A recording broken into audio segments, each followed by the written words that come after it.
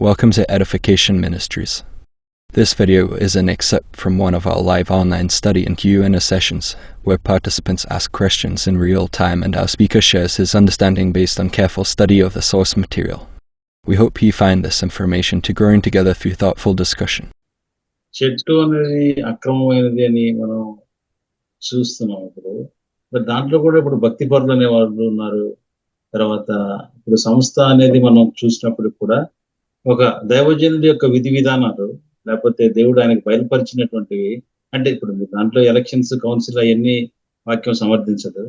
కానీ ఒక దైవజనుడి యొక్క విధి విధానాలు తీసుకొని దాన్ని ఒక క్రమంగా ఏర్పాటు చేసుకొని దాని ప్రకారం నడవటం అనేది చిన్న మంది అవదా అప్పుడు అది ఎందుకంటే ఎక్కడైతే కూడి వస్తారో ప్రజలు, ఏ పట్టణంలో అయితే లేకపోతే ఏ స్థలంలో అయితే స్థానికంగా కూడి వస్తారో వాళ్ళు వ్యక్తిగతంగా ప్రభువు మీద ఆధారపడి ప్రభు వైపు చూచి ప్రతిరోజు ఆయన వెలుగులో నడవటం అనేటువంటిది అభ్యాసం చేయవలసినటువంటి క్రమం.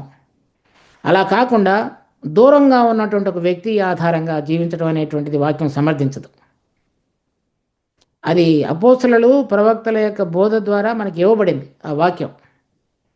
దానికి ఆధారంగా మనం ప్రతిదీ కూడా దేవుని యొక్క వెలుగులో చూసి నేర్చుకుని జీవించాలి. కానీ ఒక మనిషి చెప్పినటువంటి నియమాన్ని ఆయన ఏం చేయమన్నాడో మనం అది చేయటం అనేటువంటిది సరైనది కాదు. అది గుడ్డిగా చేయకూడదు. అది మనం లోకల్గా స్థానికంగా కూడి వచ్చేటువంటి బిడ్డలు దేవుని యొక్క వెలుగును ఆత్మ ద్వారా కనుగొని ప్రతి పరిస్థితిలో ఏ విధంగా నడిపించబడాలనేది తెలుసుకుంటూ జీవించవలసినటువంటిది స్థానిక సంఘం యొక్క బాధ్యత. అది పైనుంచి ఆర్డర్స్ తీసుకొని నడిపించబడేటువంటిది ఆర్గనైజేషన్. సంఘం అనేటువంటిది ఆర్గానిజం, దేవుని యొక్క జీవం కలిగి ప్రతి చోట తనంతటా అది ఫలించి అది మనిషి యొక్క ఆర్డర్స్ తీసుకొని నడిపించబడేటువంటిది ఆర్గనైజేషన్. ఇది బిజినెస్ కాదు. సో అందుకని పౌలు చెప్తున్నాడు, వారు ఎంతటి వారైనను నాకు లక్ష్యం లేదు.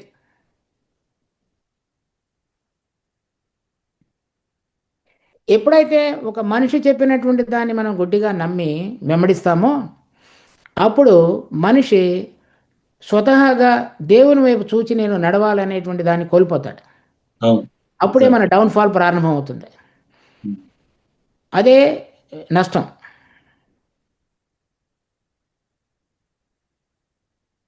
చాలా బాగా చెప్పారు.